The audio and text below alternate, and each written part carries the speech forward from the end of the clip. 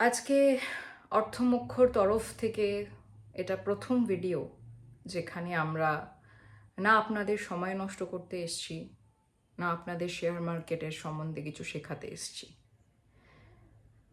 শুধু অনুরোধ করতে। আমরা সবাই জানি আরজি করে কি ঘটনাটা ঘটেছে, তাকে কতটা যন্ত্রণা সহ্য করতে হয়েছে তার শেষ মুহূর্ত পর্যন্ত। আমি ডিটেলসে যাচ্ছি না যে কে করেছে, কেন করেছে, কারা ইনভলভড ছিল, কোন পলিটিক্যাল পার্টি, কী হয়েছে, কারণ আমার সত্যি ঘায়ের ওপরে আর ঘা দিয়ে জায়গাটাকে দগধগে করার মতো কোনো ইচ্ছে নেই। কিন্তু ঘটনাটা ঘটার পরে কিন্তু আজ গোটা কলকাতা মানুষের বুকে ভয় জন্মেছে। সবাই ভয় পাচ্ছি আমরা যে মনে হয় কোথাওই আমরা আর সেফ নই, সেটা হসপিটাল হোক, স্কুল হোক, কোনো গলি হোক বা নিজের বাড়ি হোক। আমাদের সবথেকে বড় প্রবলেমটা কোথায় জানেন? যতক্ষণ না ঘটনাগুলো আমাদের সাথে ঘটে, সেটা যে কোনো ঘটনা হতে পারে, আমরা ওই ঘটনাটার গুরুত্ব বুঝি না। আমরা সবাই আজকে ফেসবুকে পোস্ট করছি, ইনস্টাগ্রামে স্ট্যাটাস দিচ্ছি, হোয়াটসঅ্যাপে স্ট্যাটাস দিচ্ছি, কিন্তু কতজন প্রতিবাদ করতে নামছি, কতজন লড়তে গেছি ওই মেয়েটার হয়ে?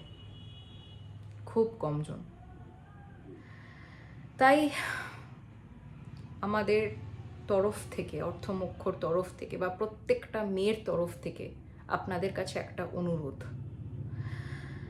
আজকে পাড়াতে পাড়াতে, গলিতে, চৌরাস্তার মুখে, বড় বড় ক্রসিংসে জমায়েত হবে।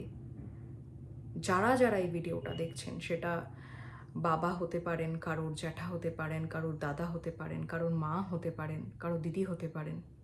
আসুন আমরা সবাই এটার বিরুদ্ধে আওয়াজ তুলি, একটা সেফ এনভায়রনমেন্ট তৈরি করে তুলি। কেন আমাদের মায়েদেরকে ভয় পেতে হবে রাত 11:30 বাজলেই মেয়েকে ফোনে না পেলে যে কোনো দুর্ঘটনা ঘটলো কি না?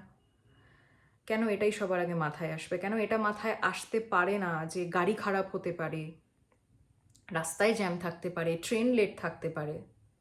আর কত সহ্য করব? আর কতদিন?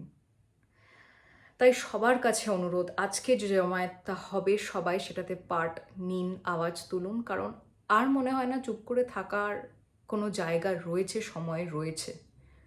আজকেও যদি আমরা চুপ করে থাকি তাহলে আর কবে কি বলবো? তাহলে তো দুর্ঘটনা ঘটে যাওয়ার জন্য সবাইকে অপেক্ষা করতে হবে প্রত্যেকবার। হ্যাঁ, মানছি আমরা দুদিন পরে জিনিসটাকে সবাই ভুলে যাব, সবাই নিজের লাইফে ব্যস্ত হয়ে যাব, ফেরত চলে যাব,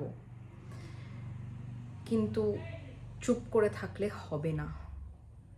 আর যে মোমবাতির আগুনটা আজকে জ্বালাবেন, সেটা শুধু মোমবাতিটুকুনি রাখলেও চলবে না, আগুনটা নিজের মধ্যে জ্বালাতে হবে। আসুন আজ আমরা সবাই মিলে আজ রাত থেকে অসুর নিধনে নামি। হ্যাঁ, মানছি রাতারাতি আমরা সমাজের মানসিকতা পাল্টাতে পারবো না, কিন্তু এক এক দিন করেই হয়তো মানসিকতাটা আস্তে আস্তে বদলাবে। আমরা যদি এই হাজার হাজার মানুষের মধ্যে থেকে একজনেরও মানসিকতা পাল্টাতে পারি, তাহলে জানবেন আমরা একটা একটা করে ধাপ এগোচ্ছি আমাদের সেফ এনভায়রনমেন্টের প্রতি।